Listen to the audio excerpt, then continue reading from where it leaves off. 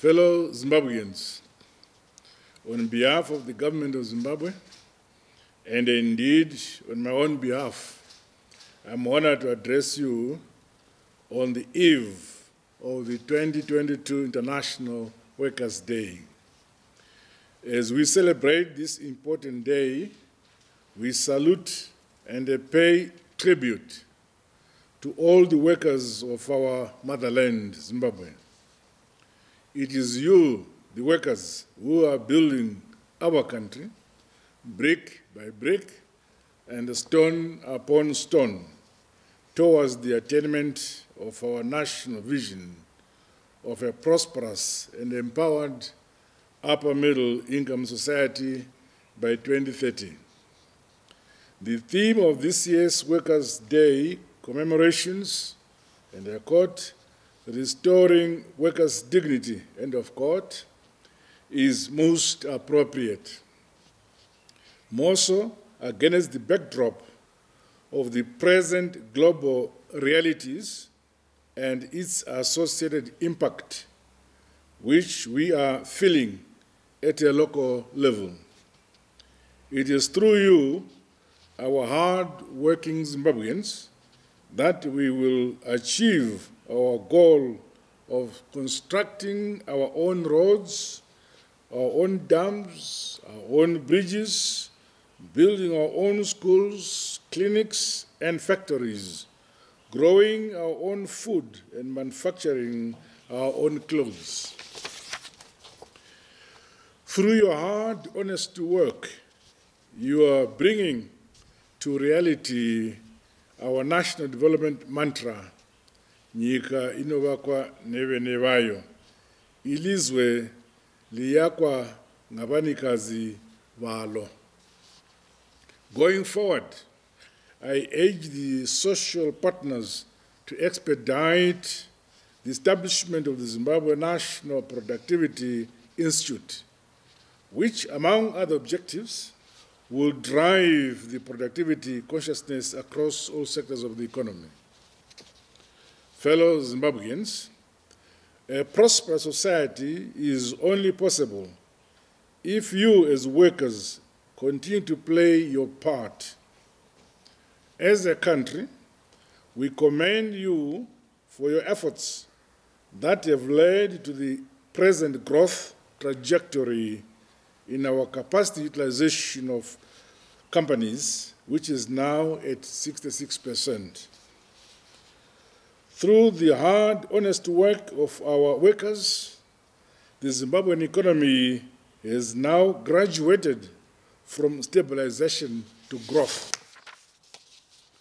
In this regard, your dignity as workers, your value, wages and salaries must be commensurate with the resultant improving macroeconomic fundamentals prevailing in the economy. Employers are challenged to respect and honor the efforts being made by workers in modernizing and industrializing Zimbabwe. The workplace should be a place of harmony and fulfillment. Occupational safety, health, and wellness programs must be pursued with great vigor. It is also my expectation that workplace programs be prioritized to prepare workers for retirement. Meanwhile, it is encouraging that the leadership of the labor movement now values the utility of social dialogue as the most efficient vehicle for finding solutions to our challenges, including those being expressed by the workers. To date, I have met the leaders of worker organizations and openly shared perspectives with them to move our country forward, guided by the national interests of our country. As a listening president, my door remains open for more frequent engagements. Fellow Zimbabweans, it is regrettable that prices have of late been increasing due to imported inflation. My government remains seized with redressing the situation through comprehensive strategies to ensure that there is no erosion of disposable incomes.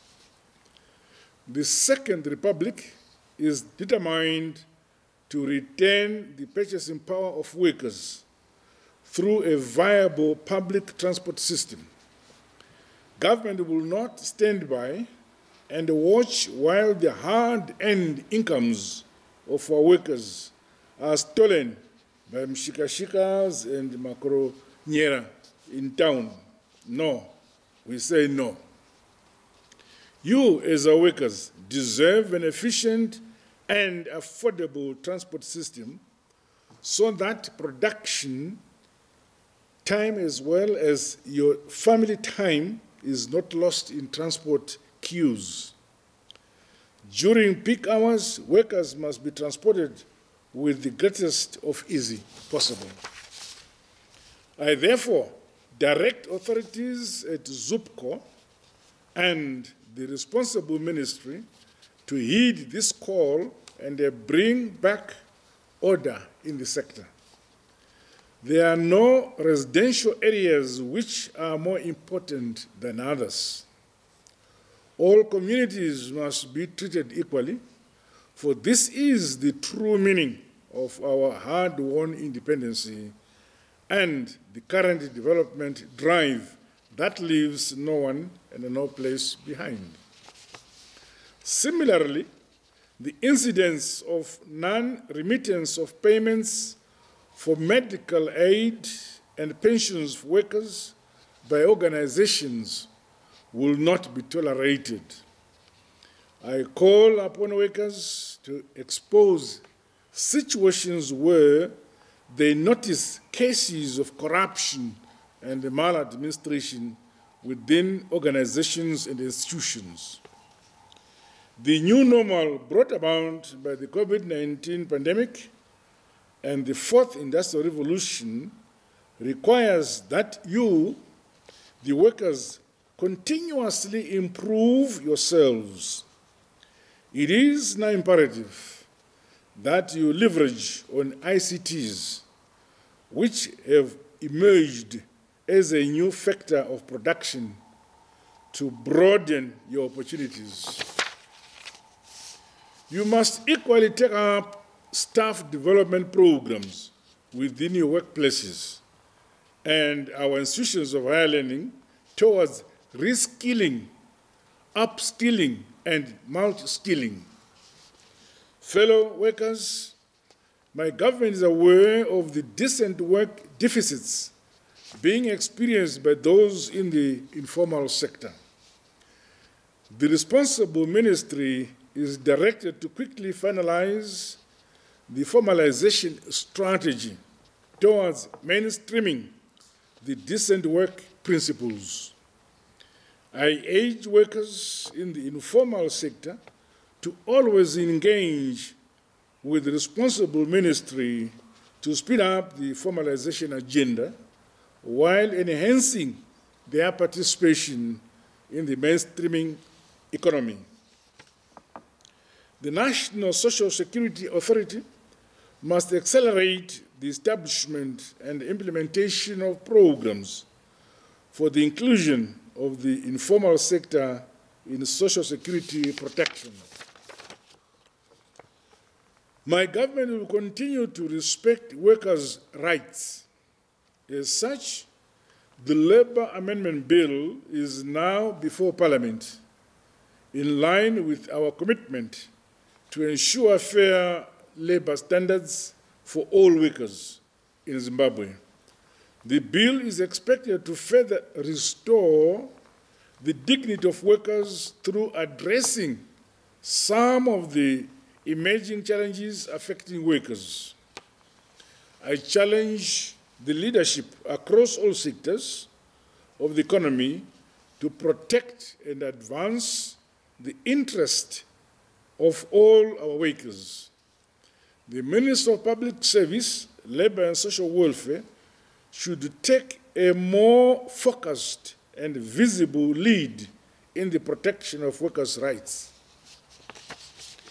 Increase the social protection coverage and reduced worker vulnerability, encouraged on putting in place robust mechanisms that improve working conditions must be heightened.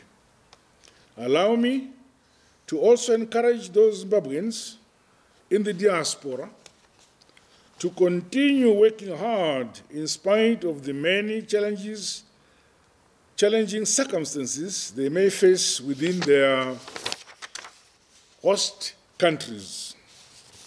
I thus urge you to remain resolute and focused on achieving your personal and professional goals.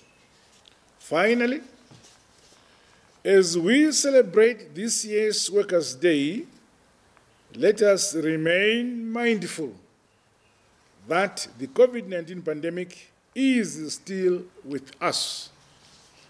Get vaccinated, continue wearing masks, sanitizing and maintaining social distance. No one is safe until everyone is safe.